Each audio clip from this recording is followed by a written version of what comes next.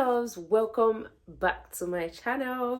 Now we need to talk because a lot has happened. Please forgive me. I have cough, I have kacha, I have experienced a lot of things here, but that is not the topic of today. And today we're going to talk about my journey all the way from Nigeria to the UK, how everything worked out and how everything didn't work out. I know that I've talked about why I was denied visa. That was my September intake. Now I started applying for January intake, but I landed in May intake. I'm going to explore and explain to you why everything happened so that you learn from my mistakes in case you're working on this same journey with me, so that you know that someone else has experienced it. You don't have to experience, or we don't have to experience it twice. I'm really so excited, but I'm sick.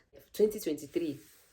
I applied to school. Not like I applied to school in September. Like I was going for September intake. So I started this journey, will I say June or May? I can't remember exactly, that May or June, but I did not start on time because Nigerian university, like I'm calling you guys out. Yes, I'm going to call you guys out. When I started to get my documents after ASU was no longer on strike, 2022 September, I was able to get my transcript. I didn't know that I need to get certificates and other things. When I asked my sister, she said, yeah, you need to get other things. That was like, I've gotten transcript September, October. Then she told me about this November, December. And I'm like, okay, fine, let's get this done. Then I contacted someone, get me this December 2022. My certificate was hanging. It was February that I found out that there was a mistake. 2 certificates for one person and mine was missing. Hey God. And I'm like, Nigerian universities. You see why I said I don't want to do masters again here. Do you know the worst part? They print my certificate and send for me. Wahala. Ha. Do you know when I got my certificate? I applied for them to bring it February 2023. I was able to get it. In fact, I had to now contact someone else. I was able to get it August 2023. How many months? After my biometrics, I felt like I've done everything right. All the documents were accurate. I was so happy that at least at the end of the day, I was able to pull through. The funding, the financing wasn't easy, but because I started saving earlier. But because I see people getting their visa after a week, to some people 4 days, and I'm like, what's come to was 1 month, I will get it. I sold everything in my house. My house was like my studio. My house had everything that I make money in. So if I leave my house, I won't be able to create content again because I felt like, okay, I'm relocating. There's no need renewing the rent. My rent expired September. I started squatting my head, but I'm thinking I will stay just 2 weeks. From 2 weeks to 3 weeks. From weeks to months. I ended up staying 7 freaking months on the interview date. Hello, it's time for the interview. The next thing, there is no sponsorship. Your cast has been withdrawn. Oluwa, Jesu. Hey.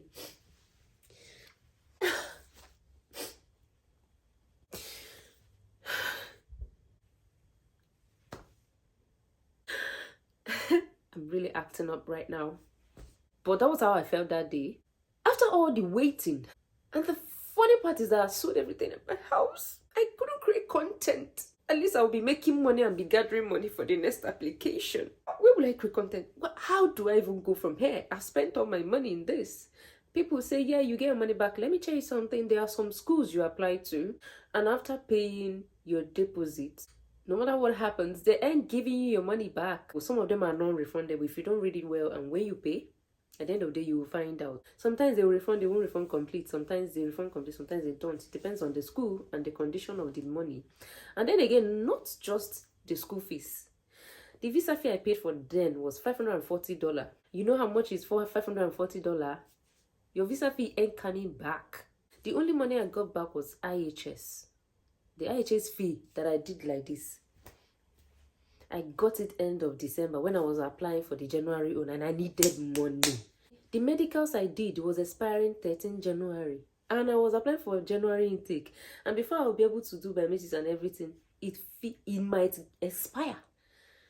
And then I have to do another one. So the money for medicals is gone. Let's not talk about every other money surrounding it, both the transportation, going and coming back, and every other expenses you will make in this. All that money was gone. Just my IHS money was what I got back. I got confused. I composed myself there. Immediately I dropped the phone. I cried. One thing with me is that when I'm bent on something, I'm definitely getting it. Once I'm very, very serious and I've started this journey, I started making plans immediately. ASAP. Like, I didn't want to wait. That was October ending, 25th. I didn't wait for them to send me denial letter before I started making another move. Not that I have the money, but I looked through my account and I'm like, okay, I have a little money that I kept for flights.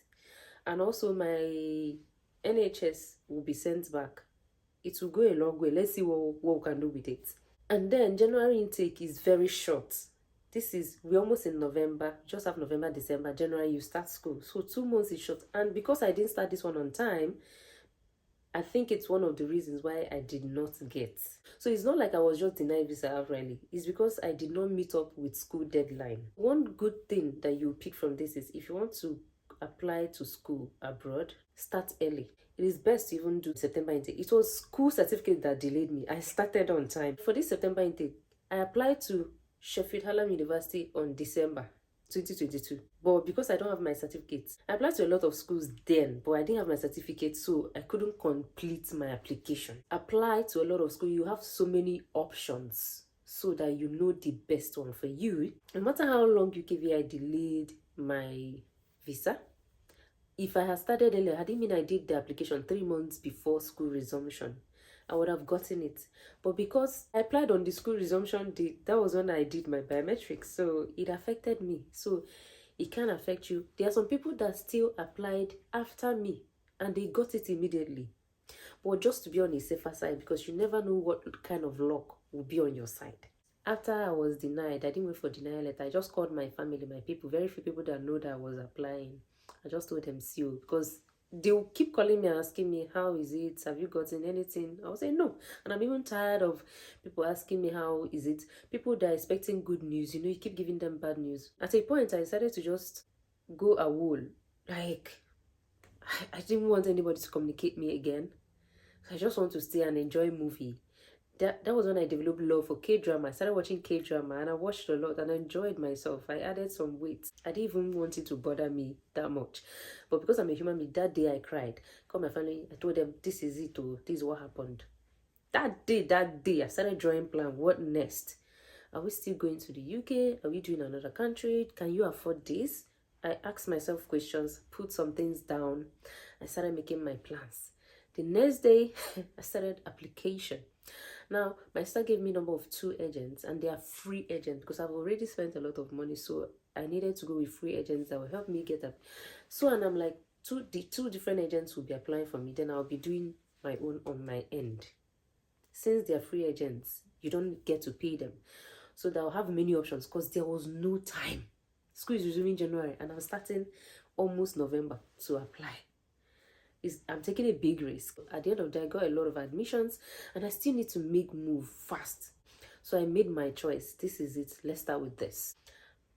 One thing is, if you have any issue, any challenge or anything you don't understand, as far as you've gotten admission, make sure you communicate the school. Tell them your fears, tell them your problems, tell them whatever you feel that can cause you issue, or if you don't understand anything. A lot of schools are very good. They will always reply you. My school is very good. Like, I'm in University of Lincoln and they even call on phone at times. When I communicate them, I tell them this, that. This is what I got from UKVIO. What do you say? Blah, blah, blah. And they kept on replying me. Like, they really, really helped me a lot. Now, I know someone might be like, if you are going to do the January intake, why didn't you defer the other admission to January intake so that at least you won't lose your money? See, this is the part that I'm supposed to talk about, but I didn't talk about it. I don't want to mention the name of the school, but because of that school, I cancelled every school in that city. I said, no, I'm not doing any school in that city. I will not apply again. I told them, can I defer to maybe January, February? At least it's not far from October, since the course will be withdrawn or is withdrawn. They said, for the course that I want to do, they do not have the intake for February, January. Now, the course was International Business Management. They said it's just September. That if I have to defer, it is September. So what happened was that I decided to just cancel, terminate that one, and then apply to another school for January intake, since the school told me they don't do January intake for the course that I'm going for. Do you know that when I was applying for schools, I still saw them? I don't want to say advertising, but when I was checking for schools for this course, January, February intake, I saw their school. I went on their on their website. I saw it, International Business Market Management for February intake. I think 5th February that they will resume. Like, I had it in my head. And I'm like, show up. I don't know what that means, but Hilo Shele. Like, why did they tell me that they don't have? Is it that a lot of students have applied for January and they already filled up and they are not taking more students? They would have told me that, and it's more understandable. And then during the application, you people opened up your portal for people to apply for the same course in January, for February entry. How about now? But they told me it's September. Like, I should defer to September. Like, what is that? Why? And the thing really pissed me off. But what will I do? They don't want me. So, and I'm like, okay, fine. I started January intake, and it's time for me to pay deposits. I ran around. In fact, I don't want to talk in detail the stress I went through, because I didn't know Naira card doesn't pay. Thank God for my siblings. So, if not for them, what would I have done? The next thing, January is approaching, and it's time for me to do my biometrics, and I was so happy. School was resuming 22nd January, and I'm like, thank God. At least I think I'm a bit close, because my biometrics was 11th January, and I didn't record it. I didn't record all those ones. Like, I was in a rush, and I'm in a mood whereby I'm like, I hope what happened the last time won't repeat itself.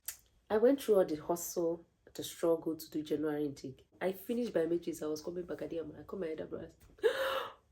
I'm stuck on the road. I can't come back, and I can't trek home. It's far. Luckily for me, I saw money to come back home. Like, I was that dry. Like, I'm not being dramatic. I'm trying to explain it in a way so that you don't think that I kept money somewhere, and that was why I was able to easily apply again. No, I didn't have money, but I kept pushing. I started waiting again. Another wait began. School gave deadline. It's for people that have gotten their visa by 16th of January. Your deadline is till 26th. And I'm like, if I don't get visa by 16th of January, that means I will not be lucky enough to join people that their deadline will be for 26th. I will cancel my application, because I don't want them to deny me twice. Because whenever you're applying again, you will tell them you've been denied how many times. So I decided to cancel it on my. I said, it's better I cancel it than just wait for them to serve me denial letter. I cancelled my application.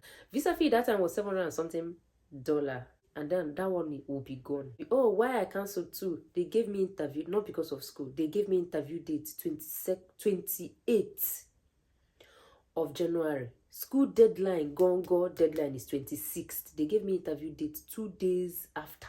The same pattern that happened in September. This one is even worse. They created May intake, not just for my sake, for our sake, for those that their visa was delayed in January.